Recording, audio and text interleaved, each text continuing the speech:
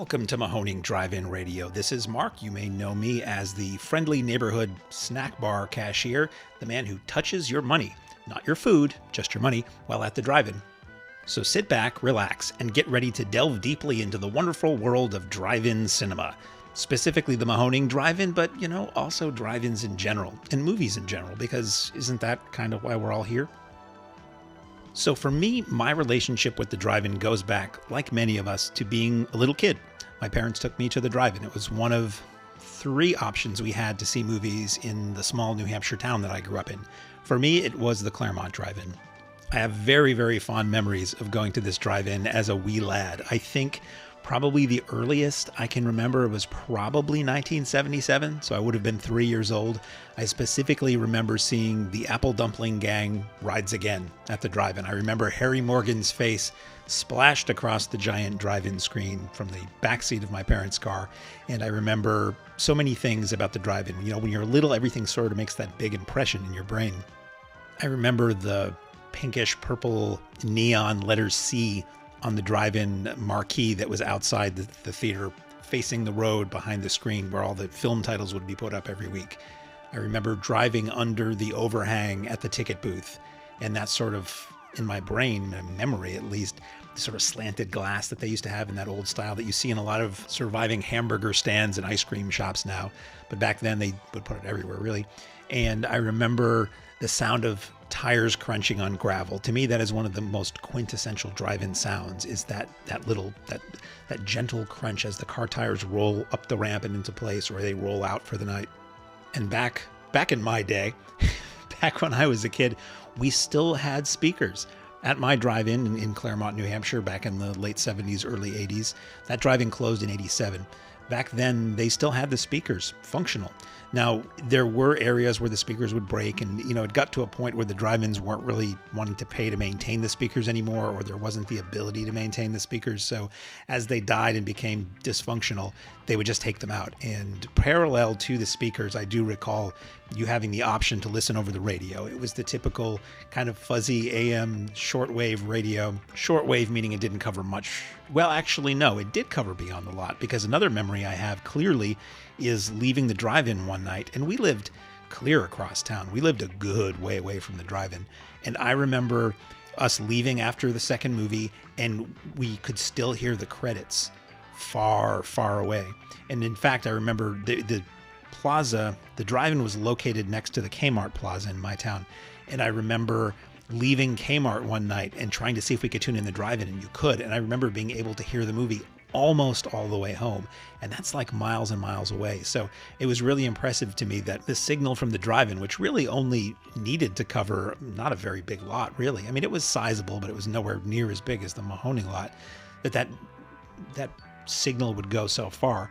And indeed, at the Mahoning, I have had times where I would be coming to work a little bit late from another event on a show night, and I could hear the intermission reel playing between films. I think I was at Pizza Hut in Lehigh, and I was driving past it, and it first started to come in, and I could tell how much time I had. I could tell if I would get there in time to run and be behind the register for the snack bar, or get there in time to see the second movie, based on the fact that I could hear the broadcast from that far away. And that was pretty cool. And it's always made me wonder if people who live near drive-in theaters ever tune into the frequency and kind of just listen to the movie.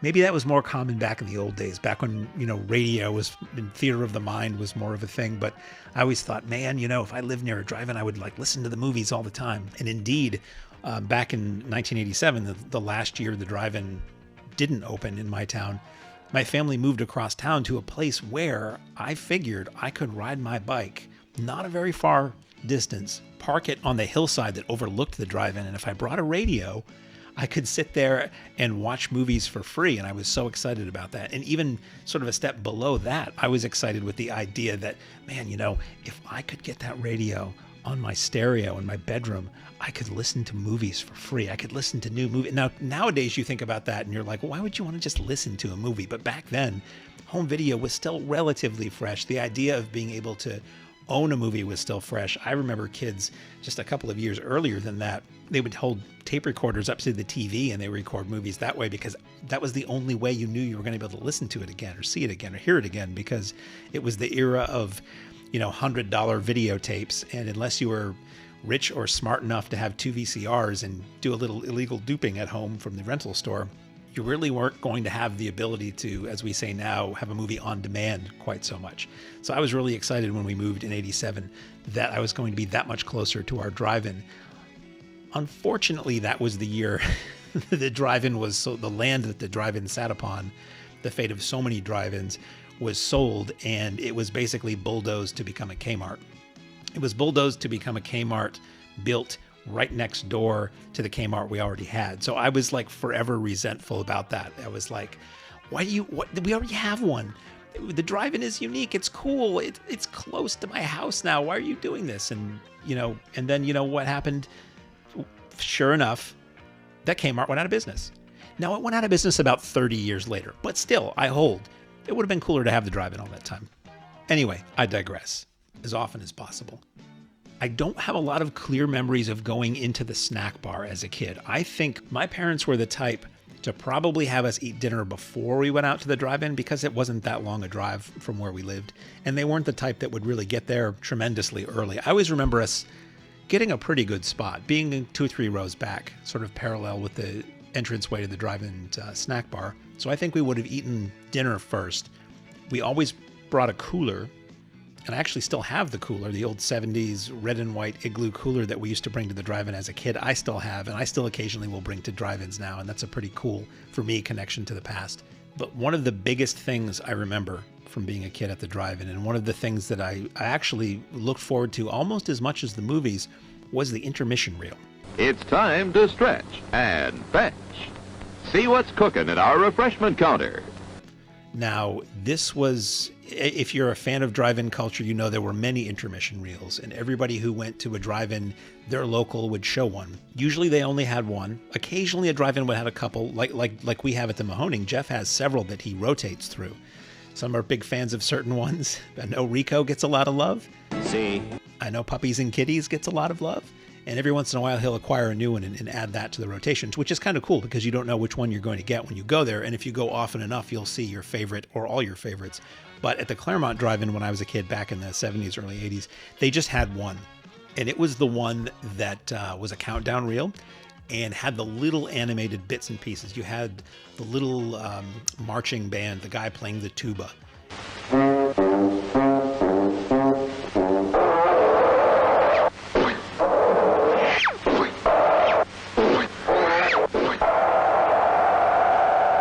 5 minutes to go.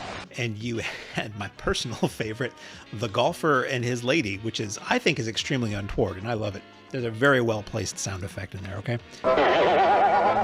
And that to me as a kid was exciting because anytime, this was again, back in my day, yeah, cartoons were on all the time, but I still savored any chance I could get to see something animated. So down to seeing the Pink Panther movies. And in fact, one of the movies I remember seeing at the drive-in as a kid was the Pink Panther Strikes Again. And the animated intros to those were so cool. The opening title sequences with the titular Pink Panther. And being able to see this little animated thing during the intermission every time was really cool to me. And it wasn't until years later I ever was able to see that again when I started going to the Northfield Drive-In. It's actually literally on the border between New Hampshire and Massachusetts, runs through the drive-in lot. And they played that there. And I was just like, oh my God, I haven't seen this since I was a kid. And this would have been the 90s. So this was a decade or better later. I was able to see it again. And it makes me so happy that we have that at the Mahoning, and that's one that Jeff runs. Because, so much of what we love about the drive-in is about nostalgia, and being able to re-experience something that was this fleeting thing as a kid on the regular is pretty sweet. And in fact, it's one of those things where you're chasing that nostalgia and you're chasing that feeling again to make you feel like you did back then when times were simpler or seemed to be simpler to you. And in fact, now I've seen that intermission reel dozens more times than I ever did when I was a kid, and it's still kind of a thrill every time.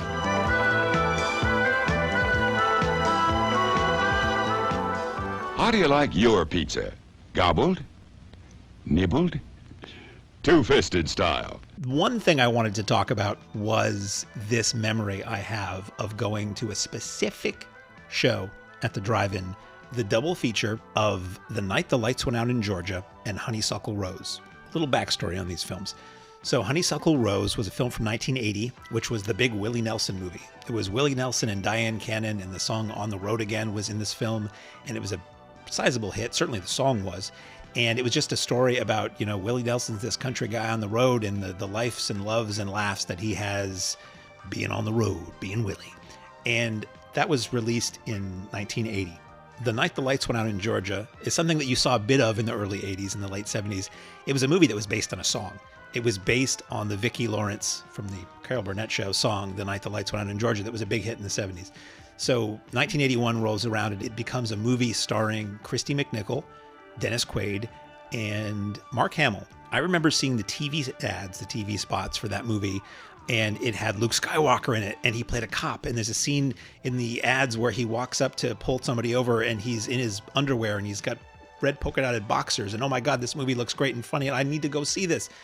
In case you haven't guessed, sweet little Christy McNichol isn't that little anymore. In The Night the Lights Went Out in Georgia. You're crazier than I am, you know that? Christy McNichol, Dennis Quaid, Mark Hamill. Well, I think you got a few things to learn.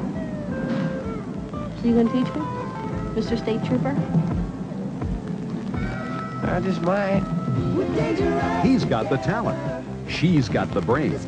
Together, they're one mean team. In The Night the Lights Went Out in Georgia.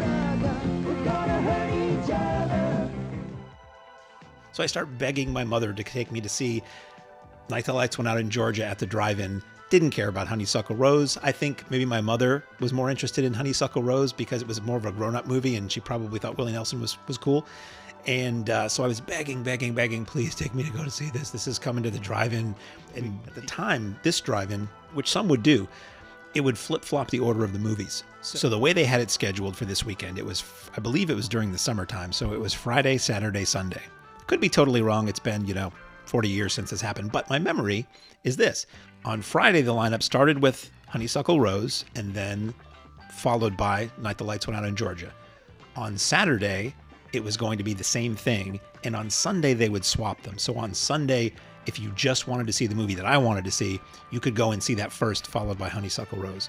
Night the Lights Went Out in Georgia, followed by Honeysuckle Rose. And it was kind of a cool way to mix things up. So that's the way they were doing it. And my mother said, okay, you have two options. We go Friday, and you have to watch Honeysuckle Rose first, and then we watch Night the Lights Went Out in Georgia. Or we go Saturday, and you get the movie you want to see first. And I was an impatient child. I was a mega Star Wars fan. I had thrown a tantrum the year before to get the Star Wars Christmas album, which I never really listened to after I got it, but still, I have it. So being impatient, I couldn't wait. So I'm like, oh, no, we have to go Friday. I can't wait to see this. I can't wait to see it. It's got Luke Skywalker, and he's in his underwear. Oh, my God.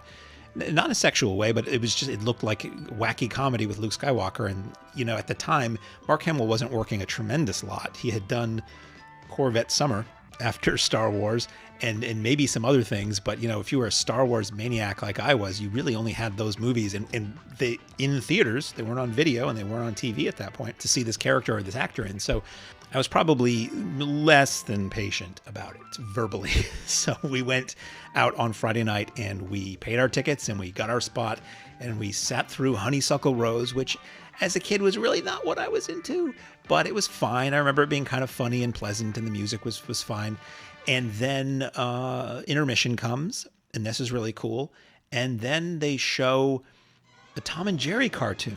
And I'm like, oh man, this is so great. They never show cartoons at this drive-in. This is fantastic. I've never seen a theatrical cartoon on the big screen. This was all stuff that I only had ever seen on TV. This is great. And they keep showing more and more stuff during intermission that they normally wouldn't. Kind of old stuff that they normally wouldn't. They show a Jimmy Fund appeal from like the 40s. This black and white reel where somebody's talking to the audience saying, ushers are going to be coming around to your cars to collect for the Jimmy Fund. And even as the, 7-year-old kid that I was at the time, I remember thinking, they're stalling. Something is not right here. The intermissions don't usually go on this long. And I remember my grandmother and my mother sort of opening up their purses to find change to hand out to the ushers. And I'm sitting in the back seat and I say, there's nobody coming around to the cars. Something's going on here.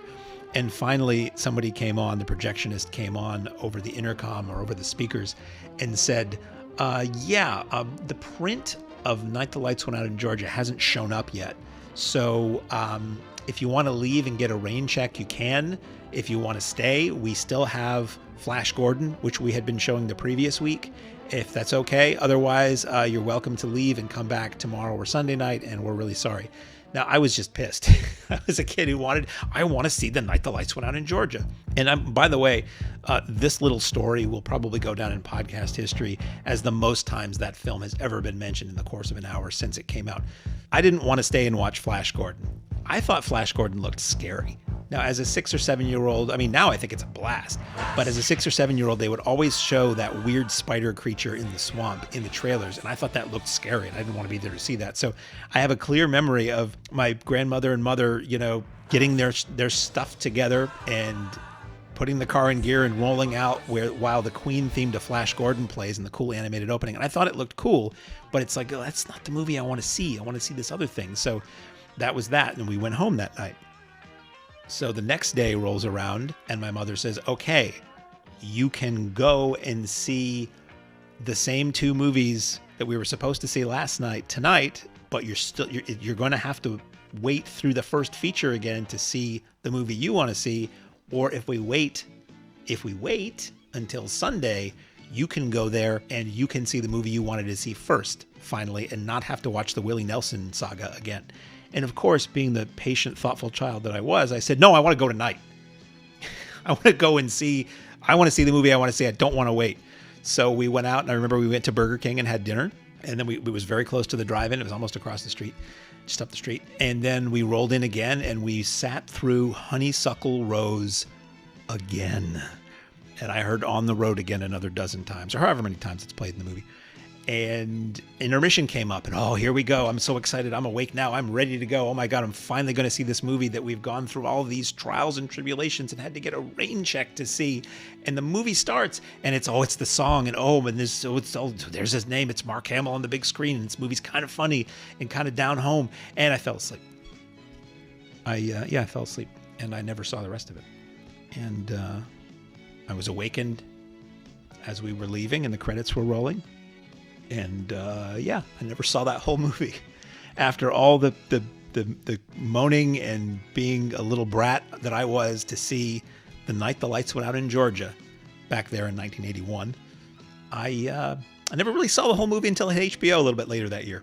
Then I watched it over and over again. And funny enough, it's one of those PG movies. PG used to be this wide-ranging or much wider-ranging rating in what they would allow in it.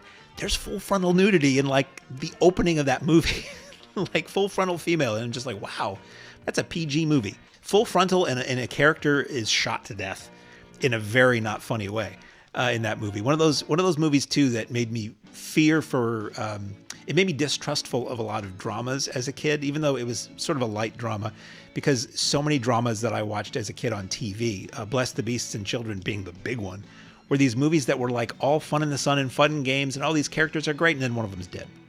And I wasn't a fan of that, so that actually kept me away from dramas for a long time. Anyway, years later, a local video store was getting rid of all of their VHS tapes, and they were like a really cool indie video, like big time regional video superstore, and they were just giving out their videotapes for free. And this was more recently than you'd expect a place to have VHS, really, just a few years ago.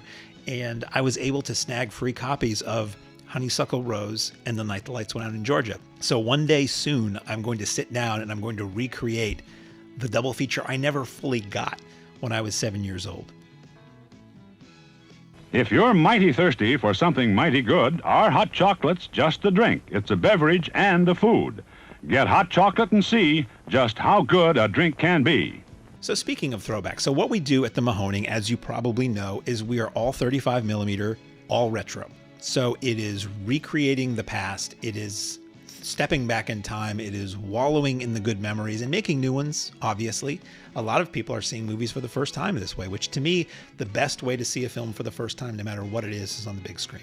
I will never enjoy anything as much as I do seeing it large and in charge, especially on the Mahoning screen, which is 110 feet of CinemaScope glory. And an interesting thing about the Mahoning screen, if you look at it dead on, you can still sort of see where the original screen that was built in 1948, opened in 1949, built in 1948, it was square. It was 4:3, Academy ratio, 1:3:3, because that's how movies were shaped back in 49 when the lights first hit that screen. Eventually, CinemaScope came in, and in the 50s, the screen was basically wings were attached to the screen, and it made it the widescreen glory that it is. And speaking of the history of the Mahoning, a little project I'm working on for our Patreon followers that you'll get maybe a taste of here at Mahoning Drive-In Radio, and I think I'll be doing some video segments with that as well, is going back through old newspaper listings and finding out what the theater played back in the old days. And typically now, our season goes last weekend in April to last weekend in October, which is a little bit farther out than some theaters go as far as their operating schedules. Some are open year-round, some in the Midwest. I've always been very jealous of people who live anywhere that has drive-ins that are just always open, whether it's in warmer climates or places where they're just like, yeah, run your heater, it's snowing, who cares, it's a movie on the screen. We go end of April, always start with Wizard of Oz and Willy Wonka traditionally, and go till Halloween weekend, have a big Halloween party like we did this year. But the first year the Mahoning was open, they didn't have a set pattern yet of how they did it. And in fact, the first year the Mahoning was open, they were open until a bit into November. Basically, I think their idea was that they would just stay open until people didn't show up anymore, or it was just too cold to run the shows.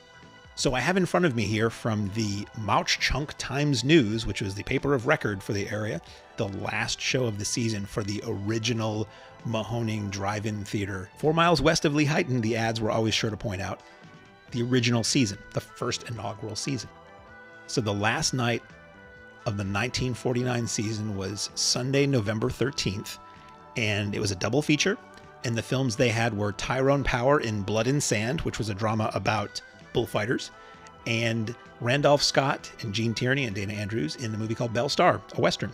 And it's interesting to see, when you look at this is 1949. That double feature features two 20th Century Fox movies that were both 8 years old at that point.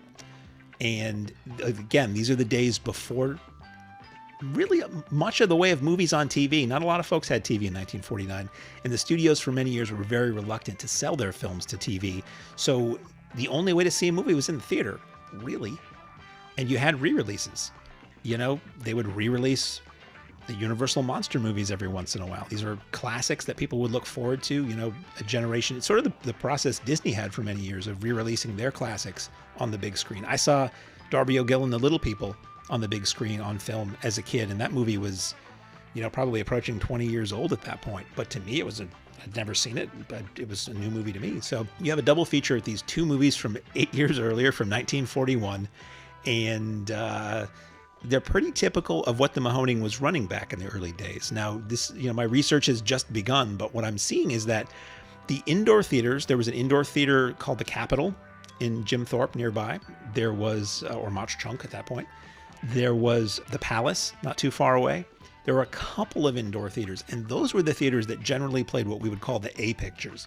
They would play the big Hollywood all-star cast films, and they would play the horror movies too. Now, people talk about drive-in movies, and I always think drive-ins are horror movies and sci-fi and schlock and all that, and they certainly were, and they certainly in some areas became that.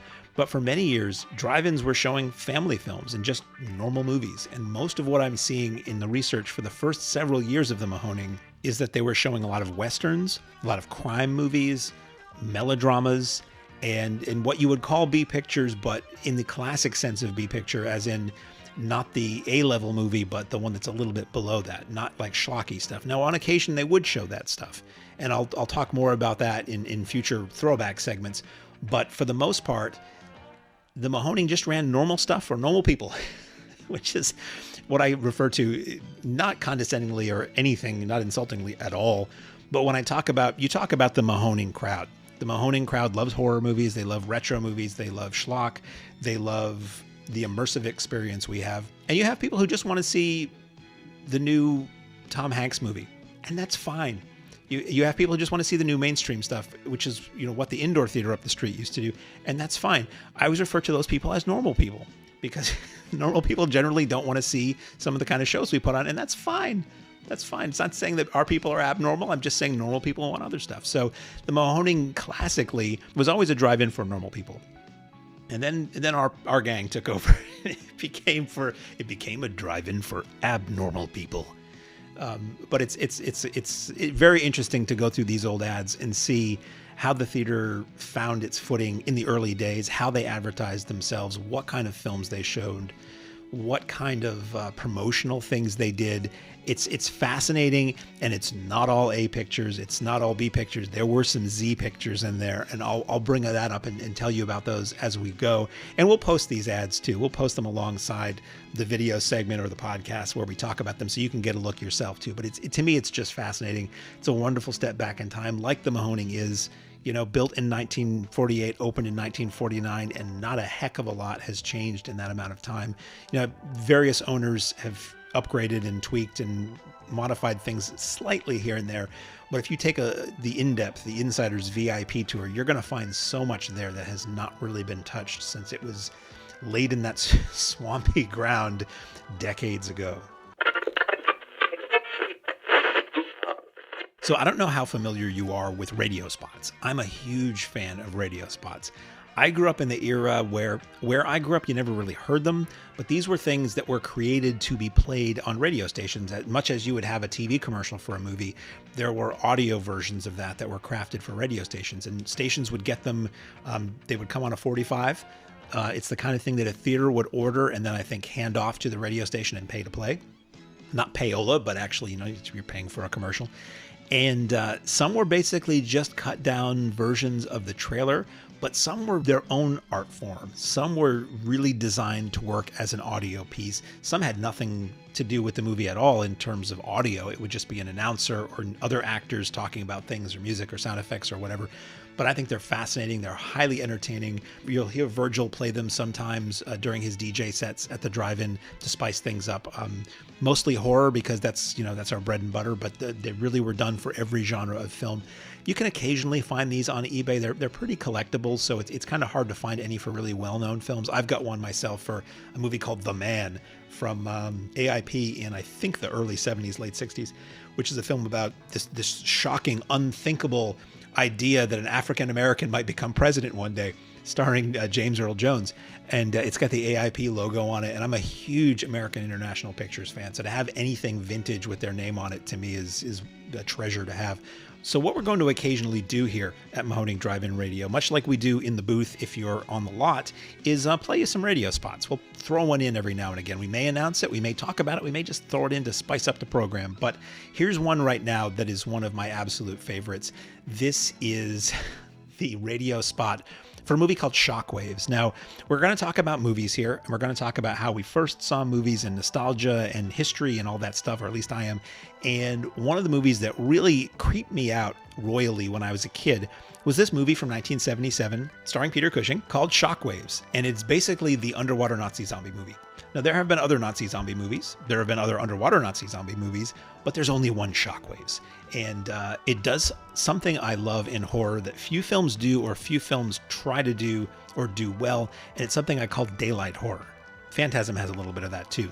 And that is something creepy happening in broad daylight. Something is coming at you and you can see it clearly coming at you, and there's nothing you can do to stop it. And how do you react to that? So Shockwaves basically is a boatload of people, small boat featuring Brooke Adams. They crash on this island that seems to be uninhabited, but Peter Cushing is there, and he's some weird, scraggly old Nazi scientist who's been there since the war, and you find out he has been working on this, or he had been working on this program to reanimate the dead and use them as basically super soldiers.